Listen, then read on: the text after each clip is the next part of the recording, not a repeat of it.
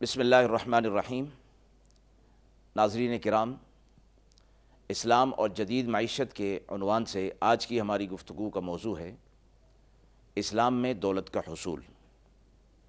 شرعی، قانونی اور جائز طریقوں سے دولت مند بننے میں اسلام کی نظر سے کوئی قباحت نہیں۔ حکومتی عہدیداروں، معیشت کے اداروں کو چاہیے کہ عوام کو اقتصادی سرگرمیوں اور فعالیت میں شراکت کی راہوں سے آشنا اور آگاہ کرتے رہیں۔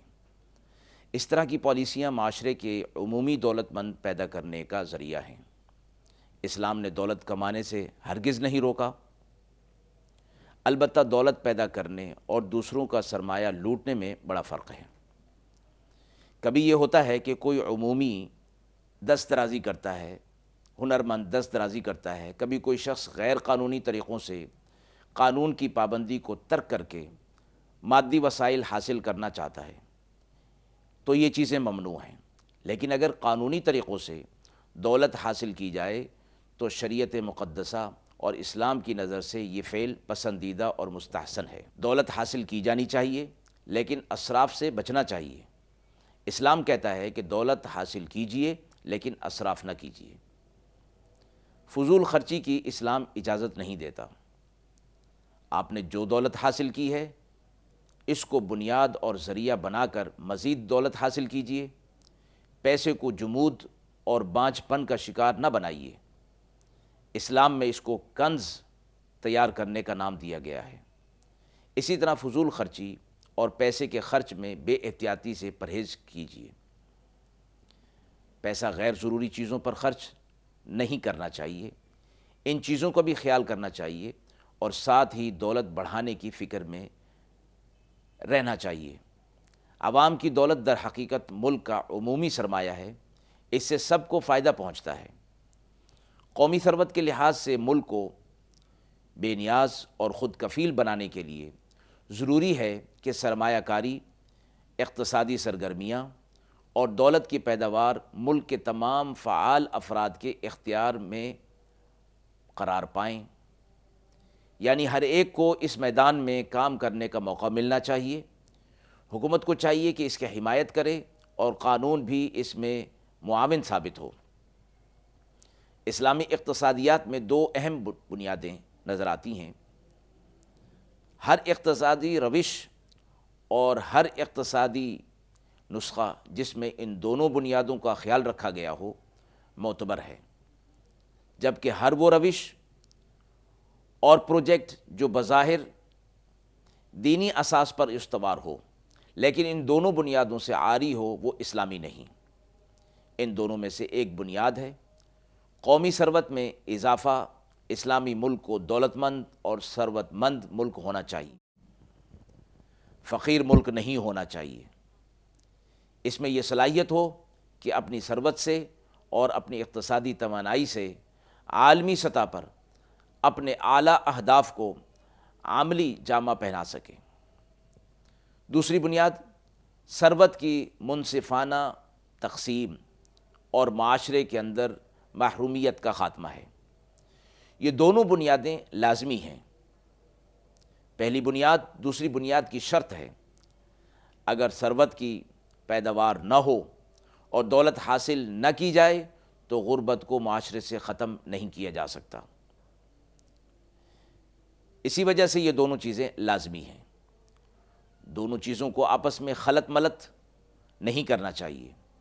ایک چیز ثروت پیدا کرنا ہے، کوئی درست طریقے سے محنت کر کے ثروت یعنی دولت پیدا کر رہا ہے، اور دوسری چیز ہے دولت کمانے کی روش اور خرچ کرنے کا انداز۔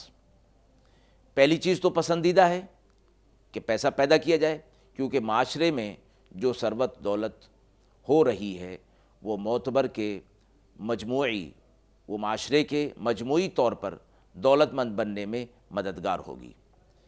دوسری چیز جو بہت زیادہ اہم ہے یہ ہے کہ کس طرح دولت پیدا کی جائے۔ یہ غیر قانونی طریقوں سے اور فریب اور بدعنوانی کے ذریعے سے نہیں ہونا چاہیے۔ اس کا استعمال بھی شرعی لحاظ سے ناجائز نہیں ہونا چاہیے۔ یہ ثروت، یہ دولت معاشرے کی رگوں میں خون بن کے دوڑے، اور غلط کاموں کے لیے استعمال نہ ہو۔ وسیع پیمانے پر پیداوار قوم کا اہم نعرہ ہونا چاہیے۔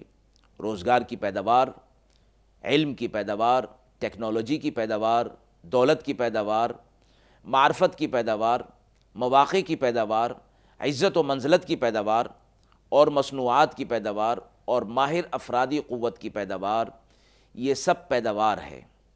اسلامی نظام سرمایہ کاری کے نظریے نے اس کی اہمیت اور داخلی سرمایہ کاروں کے ہاتھوں کی ثروت و دولت کو، پیداوار کو مثبت نظر سے دیکھتا ہے اور اس کی تائید اور حمایت کرتا ہے، کیونکہ یہ عمل ملک کی اقتصادی ترقی اور روزگار کے مواقع ایجاد کرنے میں مددگار ثابت ہوتے ہیں۔ حکومت کو ایسی پالیسیاں وضع کرنا چاہیے کہ پیداواری شعبوں اور یونٹوں میں ثروت و دولت کی پیداوار کے ساتھ ساتھ سماجی انصاف قائم ہو۔ اگر معاشرے میں اقتصادی ترقی نہ ہو، اگر روزگار کے مواقع پیدا نہ کیے جائیں، تو یہی کمزور مستضعف طبقہ، یعنی کمزور طبقہ، بالخصوص مزدوروں کا طبقہ سب سے پہلے متاثر ہوگا، اور دشمن یہی چاہتا ہے۔ اس وقت حکام کی بہت اہم ذمہ داریاں ہیں۔ ایک طرف وہ لوگوں کو صحیح طریقے اور قانونی راستے سے اقتصادی سرگرمیاں انجام دینے کے مواقع فراہم کریں، کیونکہ اسلام میں ثروت اور دولت کو پیدا کرنا ناپسندیدہ نہیں ہے، لیکن یہ ضروری ہے کہ غلط طریقے اپنانے کا موقع نہ دیا جائے۔ دھوکے، فریب اور عمومی دولت کے غلط استعمال کا سدباب کیا جائے، کیونکہ یہ چیزیں ممنوع ہیں۔ دنیا کی ترقی یافتہ صنعتی ممالک میں نہ غربت کا خاتمہ ہو سکا ہے، نہ انصاف قائم ہو سکا ہے، اور نہ ہی اخلاقیات کی ترویج ہو پائی ہے۔ دولت کی پیداوار تو بے پناہ ہے، لیکن اخلاقیات کا تنزل اور انحطاط کا شکار ہیں وہ لوگ۔ دنیا کے سرمایہ دارانہ نظام والے ملکوں میں کام اور اقتصادی سرگرمیوں کا نصب العین دولت کمانا ہے۔ اس نظام میں بنیاد اقتصادی نشوونما، اقتصادی ترقی اور دولت و ثروت کا اضافہ ہے۔ جو دولت کمانے میں آگے ہے وہی سب سے اہم ہے اور سب پر مقدم ہے۔ وہاں اس بات کی کوئی اہمیت نہیں کہ طبقاتی فاصلہ بڑھے، آمدنی کے فاصلے اور بڑی تعداد میں عوام کا نادار ہونا سرمایہ دارانہ نظام کے لیے تشویش کی بات نہیں ہے۔ سرمایہ دارانہ نظام میں وہ روش اور طریقے منفی اور ناقابل قبول ہیں جو ثروت کی تقسیم کے لیے اختیار کیے جاتے ہیں۔ سرمایہ دارانہ نظام کا کہنا ہے کہ یہ تو بالکل بے معنی چیز ہے کہ آپ دولت جمع کیجئے تاکہ اس سے آپ لے کر منصفانہ طور پر لوگوں میں تقسیم کر دیا جائے۔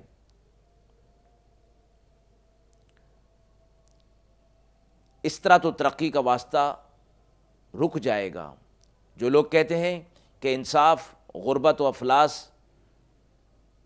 بانٹنے کا نام ہے، تو کہتے ہیں کہ اس چکر میں نہ پڑیے، پیداوار کی فکر کیجئے تاکہ تقسیم کے لیے ثروت تو حاصل ہو۔ انصاف کو نظر انداز کر کے ثروت کا حصول کا نتیجہ وہی نکلے گا جو آج سرمایہ دارانہ ممالک میں نظر آ رہا ہے۔ دنیا کے دولت مند ترین ملک یعنی امریکہ میں بھی ایسے افراد ہیں جو بھوک اور گرمی اور سردی سے فوت ہو جاتے ہیں۔ یہ کوئی تخیلاتی بات نہیں ہے، یہ وہ حقائق ہیں جن کا مشاہدہ کیا جا رہا ہے۔ اسلامی نظام کے لیے جو چیز سب سے زیادہ اہم ہے وہ یہ کہ ملک کے اندر سے سارے لوگ نعمتوں سے بہرہ مند ہوں، ملک میں محرومی نہ ہو، غربت نہ ہو، تفریق نہ ہو، وسائل کا مواقع غیر مساویانہ استعمال نہ ہو، قانون کا امتیازی استعمال نہ کیا جائے۔ جب انصاف کو نظر انداز کر کے دولت حاصل کی جاتی ہے تو نوبت یہ ہو جاتی ہے کہ معاشرے میں وہ لوگ جو زیادہ شاطر اور تیز قسم کے ہیں راتوں رات دولت کے انبار لگا لیتے ہیں، جبکہ اکثریت کا یہ عالم یہ ہوتا ہے کہ حسرت اور محرومی میں زندگی بسر کرتے ہیں، جبکہ کچھ لوگ تو بڑی ہی قابل رحم حالت میں زندگی گزارتے ہیں۔ اسی وجہ سے یہ کہنا کہ انصاف کی بات نہ کیجیے، دولت و ثروت کو حاصل کرنے کی فکر کیجئے، اور اس کے لیے یہ جواز بھی پیش کر دینا کہ جب دولت آ جائے گی تب انصاف کے بارے میں بھی سوچ لیا جائے گا، یہ درست نہیں ہے۔ انصاف کا مطلب یہ ہے کہ ملک میں جو وسائل ہیں وہ منصفانہ انداز میں اور معقول حد تک تقسیم ہوں۔ یہ بھی نہ ہو کہ بے حساب کتاب سب کچھ تقسیم کر دیا جائے۔ کوشش یہ ہونا چاہیے کہ وسائل میں مزید اضافہ ہو تاکہ سارے لوگ اس سے استفادہ کریں۔ اسلامی نظام کا نظریہ یہ ہے کہ معاشرہ ثروت مند ہونا چاہیے، پسماندہ اور مفلس نہیں۔ اسلامی نظام اقتصادی ترقی پر یقین رکھتا ہے، لیکن رفاہ عام اور سماجی انصاف کے لیے اقتصادی ترقی سب سے اہم مسئلہ نہیں ہے۔ سب سے اہم مسئلہ یہ ہے کہ معاشرے میں افلاس اور غربت نہ رہے، کوئی فقیر نہ ہو، اور عمومی وسائل کے استعمال میں امتیاز و تفریق نہ ہو۔ جو بھی اپنے لیے کچھ وسائل تیار کر لے وہ اس کی ملکیت ہو، لیکن جو چیزیں عمومی ہیں، مثلا مواقع اور وسائل جن کا تعلق پورے ملک سے ہے، اس میں کوئی تفریق اور امتیاز نہیں ہونا چاہیے۔ یہ خیال پیدا نہ ہو کہ اسلامی نظام کا مقصد دولت کا انبار لگانا ہے، یعنی کچھ ہی لوگوں کو دولت پیدا کرنے کے مختلف وسائل اور مواقع دستیاب ہوں، ملک کی اوسط شرح ترقی 2 برابر ہو جائے یا مجموعی پیداوار 2 گنا ہو جائے۔ البتہ یہ اعداد و شمار بعض حالات میں انصاف کی سمت میں پیش قدمی کی بھی علامت ہو سکتے ہیں، لیکن ہمیشہ ایسا نہیں ہوتا۔